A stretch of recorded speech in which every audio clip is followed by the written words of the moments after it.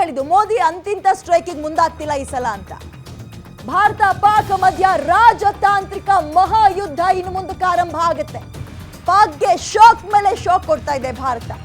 Visa ರದ್ದು, ನೀರಿಲ್ಲ, ಗಡಿ ಬಂದ್, ಪಾಕಿಸ್ತಾನ ಬೆವರ್ತಾ ಇದೆ. ಭಾರತದ ಜೊತೆಗಿನ ಒಪ್ಪಂದಗಳಿಗೆ ಪಾಕ್ ಕೂಡ ಬ್ರೇಕ್ ಹಾಕೋಕ್ ಮುಂದಾಗ್ತಾ ಇದೆ. ಅವ್ರು ಏನ್ ಮಾಡ್ಬೋದು, ನಮಗೇನಾದ್ರೂ ತಾಗುತ್ತಾ ಅದರ ತಾಪತ್ರಯ, ಅದನ್ನು ನೋಡ್ತಾ ಹೋಗೋಣ.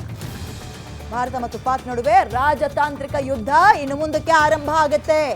ಒಂದೊಂದೇ ಆರ್ಥಿಕವಾಗಿ ಪೆಟ್ಟು ಸಿಗುತ್ತೆ.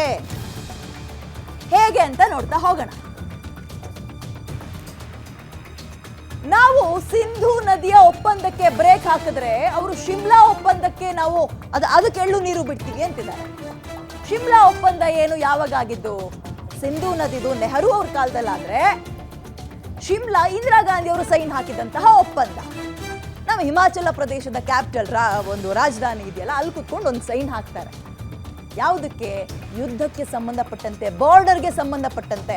ಅದು ಬೇಡವೇ ಬೇಡ, ಅದನ್ನ ಮುರಿತೀವಿ ಅಂತ ಇದ್ದಾರೆ. ಪಾಕಿಸ್ತಾನದ ಮಾಧ್ಯಮಗಳಲ್ಲೂ ಕೂಡ ಜೋರು ಚರ್ಚೆ ಇದೆ ಆಗ್ತಾ ಇರೋದು. ಎಡವಟ್ಟಿನ ನಿರ್ಧಾರ ತಗೊಳ್ತಾ ಇದೆ ಪಾಕಿಸ್ತಾನ ಅಂತ ಅವರೇ ಚರ್ಚೆ ಮಾಡ್ತಾ ಇದ್ದಾರೆ. ಯಾಕಂದ್ರೆ ಶಿಮ್ಲಾ ಒಪ್ಪಂದ ಮುರಿದು ಹಾಕಿದ್ರೆ ಡ್ಯಾಮೇಜ್ ನಮ್ಗಳಿಗೆಲ್ಲ ಜಾಸ್ತಿ ಆಗೋದು. ನಮಗೊಂದು 20% ಅನ್ಕೊಳ್ಳಿ, 80% ಡ್ಯಾಮೇಜ್ ಅಲ್ಲಿಗಾಗತ್ತೆ. ಹೆಂಗಾಗುತ್ತೆ ಅಂತ ನೋಡ್ತಾ ಹೋಗೋಣ. ಈಗ ಆರಂಭದಲ್ಲಿ ಅಗೇನ್ ಇದೇ ಶಿಮ್ಲಾ ಬಗ್ಗೆ ಮಾತಾಡೋಣ. LOC ನಿರ್ಧಾರ ಮಾಡುವಂತಹ ಶಿಮ್ಲಾ ಡೀಲ್ ಕ್ಯಾನ್ಸಲ್ ಮಾಡೋಕೆ ಅವ್ರು ನಿರ್ಧಾರ ಮಾಡಿದ್ದಾರೆ. ಯಾರು? ಪಾಕಿಸ್ತಾನದವರು.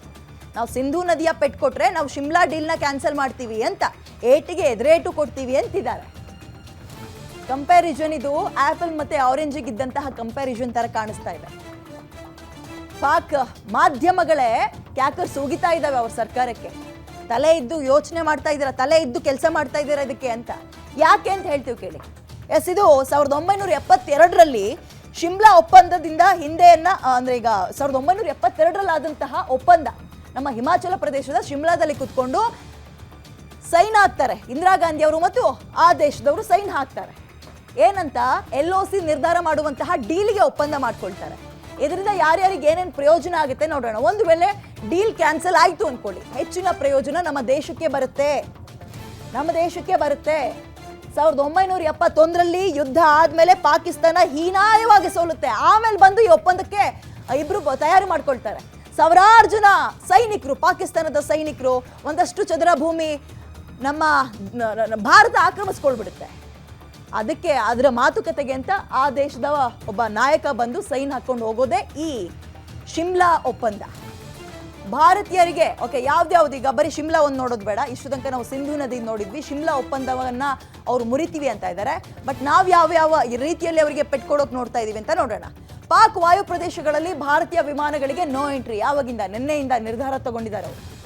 ಪಾಕ್ ವಾಯು ಪ್ರದೇಶಗಳಲ್ಲಿ ಭಾರತೀಯ ವಿಮಾನಗಳಿಗೆ, ನಾಗರಿಕ ವಿಮಾನಗಳಿಗೂ ಕೂಡ ನೋ ಎಂಟ್ರಿ ಅಂತ ಹೇಳಿದ್ದಾರೆ ಅವರು. ನಾರ್ಮಲ್ ಆಗಿ ಓಡಾಡ್ತಾ ಇತ್ತಲ್ಲ, ಅದಕ್ಕೂ ಕೂಡ ನೋ ಎಂಟ್ರಿ ಅಂತ. ದೊಡ್ಡ ಮಟ್ಟದ ಪೆಟ್ಟು ತಿನ್ನತ ಇಂಡಿಯಾ ಇದರಿಂದ ಖಂಡಿತವಾಗ್ಲೂ ನೋ. ಅಂದ್ರೆ ಅವರಿಗೊಂದು ಗೊತ್ತಾಗೋಗ್ಬಿಟ್ಟಿದೆ, ಇವ್ರು ಸುಮ್ ಬಿಡಲ್ಲ, ಏನಾದ್ರೂ ಮಾಡಿ ದೊಡ್ಡ ಪೆಟ್ಟನ್ನೇ ಕೊಡ್ತಾರೆ ಅಂತ ಗೊತ್ತಾಗೋಗ್ಬಿಟ್ಟಿದೆ. ಹೆದರೋಗಿದ್ದಾರೆ. ಆ ಹೆದರಿಕೆಯಲ್ಲಿ ಏನೇನು ನಿರ್ಧಾರ ತಗೊಳ್ತಾ ಇದೀವಿ ಅಂತ ಅವ್ರಗಳಿಗೆ ಅರಿವಿಲ್ಲ ಇದ್ರ ಬಗ್ಗೆ. ಪಾಕ್ನಲ್ಲಿರುವಂತಹ ಭಾರತೀಯರಿಗೆ ದೇಶ ತೊರೆಯಲು ಸೂಚನೆ. ಸೇಮ್ ಕಾಪಿ ಮಾಡ್ತಾ ಇದ್ದಾರೆ. ನಾವು ಅದನ್ನೆಲ್ವಾ ಹೇಳಿದ್ದು, 48 hours ಅಂದ್ರೆ 2 days ಇಲ್ಲಿರುವಂತಹ ಯಾವೊಬ್ಬನು ಪಾಕಿಸ್ತಾನದವನು ಇರ್ಕೊಡ್ದು. 48 ಗಂಟೆಗಳಲ್ಲಿ ನಡೀರಿ ನಿಮ್ಮ ಲಗೇಜ್ ತಗೊಂಡು ನಿಮ್ಮ ಊರಿಗೆ ಅಥವಾ ನಿಮ್ಮ ದೇಶಕ್ಕೆ ಅಂದ್ರು. ನಾವು ಕಳಿಸ್ತೀವಿ ಅಂತಿದ್ದಾರೆ ಅವರು. ಓಕೆ, ಪರ್ಸೆಂಟೇಜ್ ಎಷ್ಟು ಜನ ಅಲ್ಲಿ ನಮ್ಮವರಿದ್ರು, ಇವೆಲ್ಲವೂ ಚರ್ಚೆ ಆಗುತ್ತೆ. ಭಾರತದೊಂದಿಗಿನ ನೇರ ಮತ್ತು ಪರೋಕ್ಷ ವ್ಯಾಪಾರ ಎಲ್ಲವೂ ಕೂಡ ಇನ್ನ ಬಂದ್. ಡೈರೆಕ್ಟ್ ಆಗಿ ಅಥವಾ ಇಂಡೈರೆಕ್ಟ್ ಆಗಿ ಏನೇನು ವ್ಯಾಪಾರ ವಹಿವಾಟು ಏನೇನು ಆಗ್ತಾ ಇತ್ತು ಎಲ್ಲವೂ ಇನ್ನ ಬಂದ್ ಮಾಡ್ತೀವಿ ಅಂತ ಅವರು.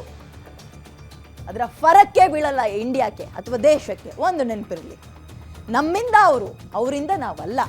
ಆ್ಯಂಡ್ ಅವ್ರು ನಮಗೆ ಕಾಂಪಿಟೇಟರ್ ಕೂಡ ಅಲ್ವೇ ಅಲ್ಲ. ಅದರ ಫರಕ್ಕು ದೇಶದ ಮೇಲೆ ಬೀಳಲ್ಲ. ಭಾರತದೊಂದಿಗಿನ ನೇರ ಮತ್ತು ಪರೋಕ್ಷ ವ್ಯಾಪಾರ ಬಂದ್ ಮಾಡ್ತೀವಿ ಅಂತಿದ್ದಾರೆ.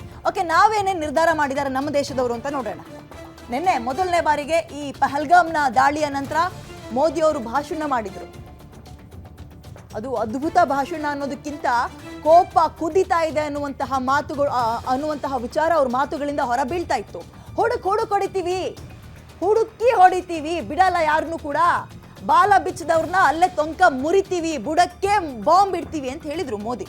ಅಂದ್ರೆ ಅರ್ಥ ಹುಡುಕ್ ಹೊಡಿತೀವಿ ಅಂದ್ರೆ ಯಾರೆಲ್ಲ ಉಗ್ರರು ಬಂದಿಲ್ಲಿ ಕೊಂದು ಹೋದ್ರಲ್ಲ ಅವ್ರುಗಳನ್ನ ಹೊಡಿತೀವಿ ಅನ್ನೋದು ಮಾತ್ರ ಆಗಿರ್ಲಿಲ್ಲ.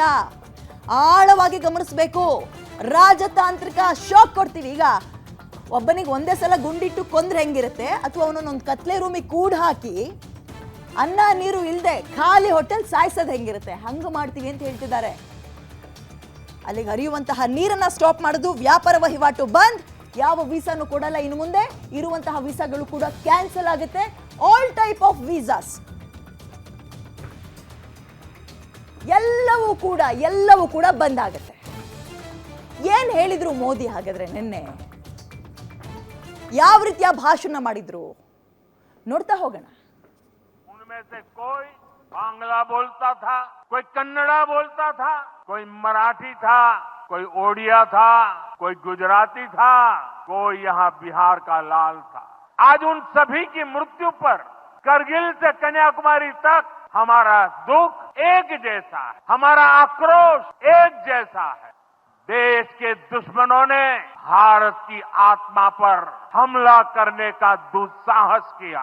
जिन्होंने ये हमला किया है, उन आतंकियों को और इस हमले की साजिश रचने वालों को उनकी कल्पना से भी बड़ी सजा मिलेगी. अब आतंकियों की बची खुची जमीन को भी मिट्टी में मिलाने का समय आ गया है.